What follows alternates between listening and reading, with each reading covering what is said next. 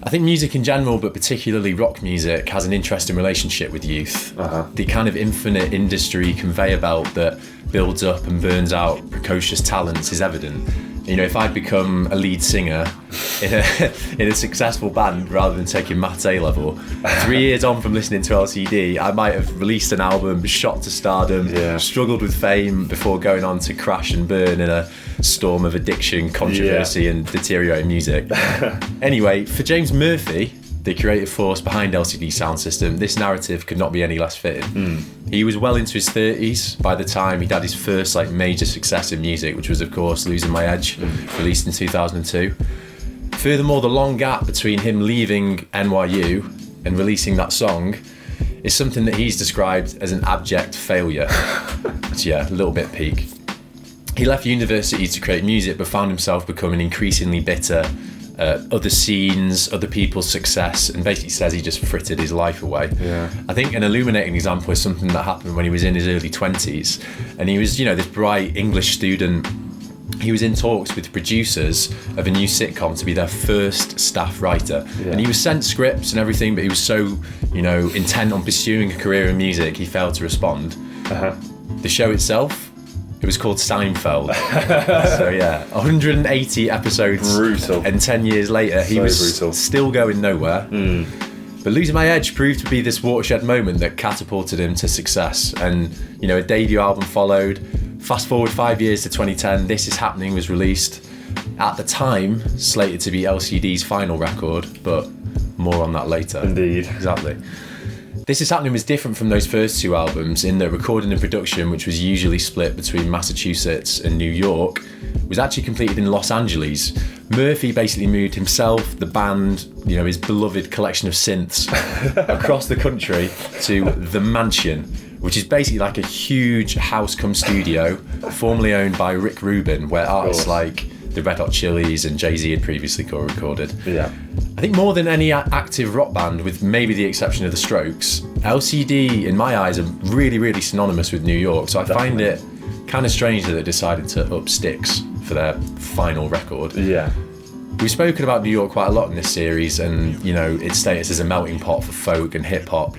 But I definitely think you can throw punk, disco, house, and many more scenes in there as well. Definitely. As an opening question, what do you think you can hear these varied genres reflected in LCD Soundsystem? I think absolutely you can hear the influence on the music. I think one of the most interesting things about LCD Soundsystem and James Murphy by extension, as well as what you've already mentioned about the fact that his success completely subverts this usual story of youthful excess, which funnily enough, the Strokes were basically living out at the same time in New York. In the same town, release 2 good albums, all get addicted to heroin, and then make some pretty dire albums after that fact. But what James Murphy was doing with his influences, I think, is really, really interesting. Just the way that he kind of played with the idea of influence as a concept in itself.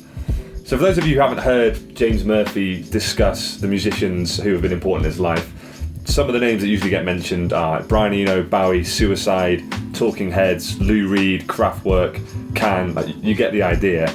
So for those of you who have listened to those artists I've just named quite extensively, and also know LCD Soundsystem's music, you've probably realised there are quite a fair few examples of when James Murphy has literally taken a riff, a drum pattern, a musical idea from an influence of his, and recycled it almost exactly for a new song of his own. So I can give you a few specific examples. So the Losing My Edge riff and how that song progresses is definitely a rip-off of the Killing Joke song Change. Disco Infiltrator takes parts from Kraftwerk's song Home Computer. Movement, the main riff from that, is very similar to Suicide's song Ghost Rider. Definitely. And then from this album, This Is Happening, All I Want, 100% the guitar tone is a rip-off of Robert Fripp's kind of famous droney tone as well. Basically, there are loads of examples of it, and there's definitely too many to name. But what I want to make clear is that I'm not trying to do a kind of, I caught you, James Murphy, you're stealing. Because I think Murphy, when he's writing, recording this stuff, he's not hoping that no one notices where he's borrowing it from. He's not living in fear of being called out to be a fraud. The borrowing is a large part of the point. He owns being derivative, it's in part of the essence of the band. There's a great quote he says where he said, I've always been a good imitator. I love music, but I'm just not that original. Anyway, it got me thinking about something that Norman Blake said from Teenage Fan Club. And he said that any music that doesn't sound like anything else in rock history always sounds terrible. I think it's really interesting, and like kind of basically says like, you know, you can try and make something as new, you know, a new and like just completely different to anything else if you want, but that's actually kind of like a fool's errand, because you need that canon of influences to draw from. But do you know what I mean by that? Or yeah, because I think often the line between influence and plagiarism is one that gets kind of blurred and greyed quite a lot. But as you say, I think with LCD Soundsystem, there's at least two things in my mind to consider. Number one, as you say, he's laying all his cards on the table. He's being very upfront. These are the songs I'm taking things from, and it's not my fault if you don't know what it is. He's literally said that. Yeah. And the second thing is, compared with a band that we've slagged off quite a lot in the first series, I know where you're going with this. Yeah. People, you know, rinse Oasis for pillaging songs and ideas and stuff, Which they do. which they do. But I think the difference is with LCD Soundsystem is James Murphy's doing it really, really well. Yeah. And making amazing pop music and rock music, whatever you want to call it. Yeah, So but- they're the two things. Well, the other thing is that like, yes, James Murphy's doing it well. Some people argue that Oasis did it well, but I think what's different with James Murphy is that he's adding something of his own. Like his personality, regardless of what he's ripping off, it comes through so strongly. Like what Oasis really adding to that kind of classic ingredient that they rip off? Maybe a sense of kind of like laddish bravado, but is that really like doing something new with the music? So I think the most important thing is that James Murphy's doing something new.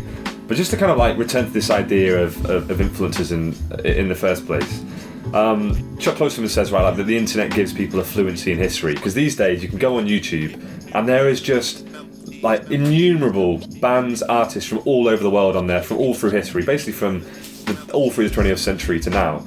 So there's so much music out there, there's so much stuff to take influence from, there's so many kind of places you can go. The idea of moving things forward and doing something new, it's not really like, you know, hard to do, it's almost like impossible, because there's always going to be something out there that you sound similar to, just because now this kind of capacity for human memory is like infinite. There's any number of things that can be stored on YouTube. I think with James Murphy, you know, he's really, really good at making a song sound like it's from the 70s or the 60s or the 80s or whatever.